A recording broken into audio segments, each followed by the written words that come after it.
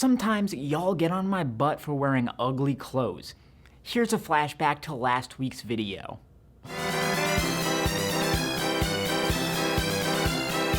Sometimes y'all give me props for my drip, and I appreciate y'all, you keep me going. But for all the haters out there, I've got news for you. Sometimes I want to look ugly. And I'm not just saying that as a defense for putting together bad fits sometimes. I'll totally own up to the fact that sometimes I'm trying to look good and I just don't. But on the flip side of that, look at Rothko and Pollock and Warhol. See, you know you're watching a legit fashion channel when they're able to bring in arts references. The most obvious and well-known arts examples. But if you look at those guys, they were only able to break the mold because they knew the rules. They were great artists. They could have painted like Monet or Van Gogh if they wanted to. They learned how to do that, and knowing those intricacies of their trade gave them the freedom to be able to completely throw it all away and fuck it up. It's like when I pee, I know how to make it go in the bowl, but I'm a rebel. I just let that shit spray. Damn the consequences. That's not true. I'm not that much of a dick, only to homophobes in my comments. So all of that is to say that sometimes the best way to show you understand style is to be as unstylish as humanly possible. Sometimes you want someone to look at you and think to themselves, that is either the coolest person I've ever seen, or there is something mentally wrong with them. I like to live dangerously, keep people guessing. And I think that the best way for you to do this, without some nice old lady offering you some McNuggets because she thinks you're homeless, is to wear some wild-ass shoes.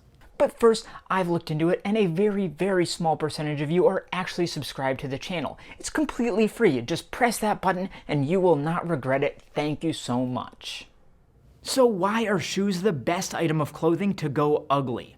Well, maybe ugly isn't even the right word. Sometimes ugly works, sometimes weird, sometimes just attention-grabbing.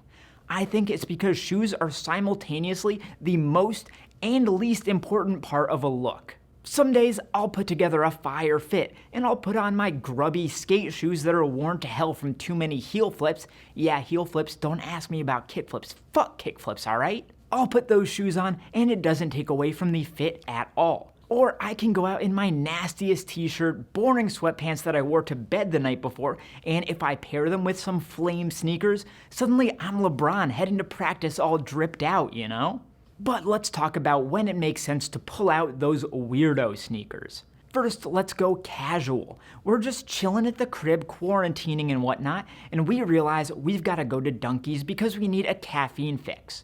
That reference is for the Northeast people. I don't know what others have, like Tim Hortons, Cumberland Farms, whatever. It's somewhere where you get coffee. So this is the situation where you're gonna wanna pull out your chonkers. I like my Cats chonky and I like my Kicks chonky too, okay? So some people say that chunky sneakers are going out of style. They say that sleek, minimalist sneakers are back. I say fuck off. I'm gonna be stomping around in my 18-pound bricks of shoes until you pull them off my cold dead feeties. So what am I talking about here? Of course, the archetypal chunky sneaker is the Balenciaga Triple S. You can't go wrong with them. In my mind, they're just as relevant today as they were when they first came out. Staying on that luxury end of the spectrum, you could whip out some Gucci Raytons for a bit more of a retro feel. And for cheaper options, you could go full skater boy and wear Osiris D3s. Like, you can actually find them fairly cheap these days. But really, after the Triple S hit, every shoe company on earth came out with a signature chonker, so you should have no issues finding a pair in your price range. The next question then is, how do you put together your fit? Well, rule number one is to accentuate those shoes. Don't wear too much that takes away from them, and don't cover them up. My best piece of advice is to wear pants that taper and really show off the shoes. A pair of joggers is a great go-to there. A simple t-shirt or hoodie up top will do a lot of good. Wear a hat if you want. I don't know, I ain't your mom. Do whatever you want to do. The important thing at the end of the day is you're showing off those weirdo sneakers. And the upside when it comes to weirdo shoes is that the normies will eat that shit up, even when they're not actually that weird. You don't even need to put that much effort in. I have a fairly standard but colorful pair of Valentino sock sneakers that I wear to work sometimes, and this nice boomer dude every time without fail is like, whoa, those shoes are so cool, so crazy. The moral there? I barely tried, and now I'm the guy with the cool shoes in that guy's mind forever. It's that easy, folks. Now let's start getting a bit more formal here, okay? I'm sure there are some of you out there that only need to dress up for weddings and funerals, but some of us are working shills and we've got to put on a button down and dance for the man Monday through Friday. I'll actually tell you a little story about how I got into fashion in the first place. I didn't used to care about clothes at all. I wore t-shirts from Old Navy or punk bands I was into and ripped up jeans from The Gap, and that was my entire wardrobe. But then I got a boring ass corporate job, and that job had a dress code. You'd expect once you become an adult that you can wear what you want, but nope, a corporate dress code is way more strict than any high school clothing rules I had to deal with. Officially, I have to wear a button down every day and tuck it into my pantaloons. It doesn't mean I necessarily follow those rules to the letter every single day of the week. As I've said many times, I am a rebel, but I do my best to be respectful of the rules. But that shit is constricting. You start to feel like a sheep, like you have zero personality. You start feeling like you're Edward Norton in Fight Club. And please, for the love of God, don't clip that and find out where I work and send it to them. It's just a reference. I'm not actually going to go into my boss's office and get beat up by the Brad Pitt inside my head. Belated spoiler alert on that one. What I'm saying is, you start feeling like you have to break out in some way. And that's how I started paying attention to clothes.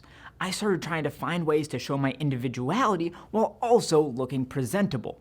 And eventually, of course, that led me to mules. What are mules? Well, they're loafers. No, they're slippers. Hell, I don't know what they are, but they've been gaining a hell of a lot of popularity lately. In the fashion space for a long time, mules were done pretty exclusively by high luxury fashion houses. They'd cost hundreds of dollars, be made of leather, and they were essentially loafers with the back lopped off. Gucci for sure elevated them by throwing fur around the back of the foot, a big flex in the dressy, ugly shoe game if ever I've seen one, but for the most part, mules stayed within that luxury formal sphere. But at some point in the last couple years, things started to change, and it only accelerated with COVID and lockdown when corporate work and lounging at home started to meld into one superorganism of casual labor. So finally, you started to see people making that connection like, hey, mules are really just fancy-ass slippers. What can I do with that? Suddenly, all of these companies were chopping off the backs of their shoes and seeing what happened. Some definitely went more in the future wear, loungewear, tech wear end of the spectrum, but others stayed true to the more formal roots of the mule. There's a pair of Suicoke mule espadrilles, which is one of the weirdest sneaker hyphenates I've ever heard of, but somehow it works. But yeah, throw on those with a nice button down and a pair of khakis, and boy, your fit is singing. It's like the footwear equivalent of a mullet, business in the front, party in the back. You see me coming with those on, it looks like I'm going to present my quarterly analytics. You see me from the back, it looks like this dude is heading to Coachella, getting ready to do hella Molly and meet God, Some companies took it even further, making sneaker mule hybrids. One of the earliest I can remember doing this is Fear of God. They started off by making these interesting skate shoe mules that look like Vans without a heel.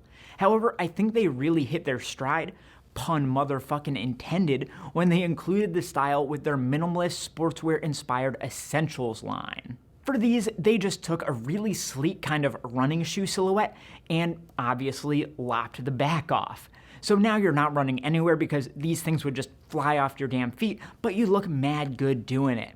So how do you style these? I'd say it's actually a bit more open to your own choices than the chonkers. The first rule of Fight Club is don't talk about Fight Club, and the first rule of mules is don't wear anything that covers up the fact that they're mules. Beyond that, do you. Actually, there's a second rule. Don't wear socks with them. It just looks weird. And I know we're talking about how weird is good, but socks and mules is just bad weird. Other than that though, you can wear trousers, jeans, shorts, wear some wild ass drop crotch 3/4 length Rick Owens pants for all I care. Just let those heels free to the world. Now, this is a video about ugly, weird fashion, and that means that we can't leave without talking about Prada. If you're only familiar with Prada ready-to-wear, this might be surprising to you, because from that angle, you probably just think of them as a really clean, minimalist luxury fashion. But from a runway perspective, Prada has long been famous for ugly chic. Beginning in earnest with the Spring-Summer 1996 collection, Miuccia Prada put out a collection that, on its surface, just didn't make sense. She juxtaposed fabrics and cuts that didn't work together, but in a way that added an extra layer of intellectualism to fashion. And in a sense, that's what I'm getting at here. To try to be ugly is actually just as clear an indicator of thought as trying to be beautiful. In fact, Prada herself has said that she feels ugliness has far more depth than beauty. And you know, that's the same thing my mom told me as a teenager when no girls wanted to go out with me. See, I've been ugly chic since before it was cool, guys. With all that being said, it's no surprise that Prada can do some damn fine ugly shoes. They did luxury sneakers way before anyone else did. It started with the America's Cup, which has to be one of the most aesthetically unappealing sneakers I've ever seen. It kind of reminds me of when you see like hardcore bicycle dudes in their colorful spandex bodysuits. It's just a shape that doesn't look right to me. But because it's Prada, they found a way to make them appealing at the same time. They have an allure that goes further than just the ugly. Their more recent sneakers have leaned heavily into the chunkiness, but in a different way from many other brands. While others are trying to make sneakers with the biggest soles they can, Prada are taking like tractor treads and applying them to more traditional silhouettes like loafers and Oxfords. And that leads me to my absolute favorite nonsensical ugly shoe, my baby blue Pradas. They are, well, I guess I don't even know what they are. They're part boat shoe, part loafer, part slip-on. They're in a very loud color. I don't know. If you've ever wondered, this is the Prada-ness. They're very clearly a take on the America's Cup. For a long time, they were doing all sorts of versions of those. Like, you could get them with Velcro in case you never learned to tie your shoes. You could get them as mules. Holy shit, guys. I'm hitting pause on this video. These are my new grails. Low Luxury Army, hunt them down for me and bring them to me. Please, please just look at this picture right here. They're so sick, please. But back to the ones I do have. Okay, back to these guys. I wear the hell out of these things. I'll wear them around the house like slippers. I'll wear them to work like dressy loafers. Once you're wearing them, they're actually kind of low-key. Like, they don't stand out too much. But once somebody notices them, they're like, what in the fuck are those? So maybe that's my shoe hierarchy. It goes chonkers, then mules, and then whatever the fuck these are. So take a look at the other video on screen here, subscribe to my channel, like this video, and I'll see you next time.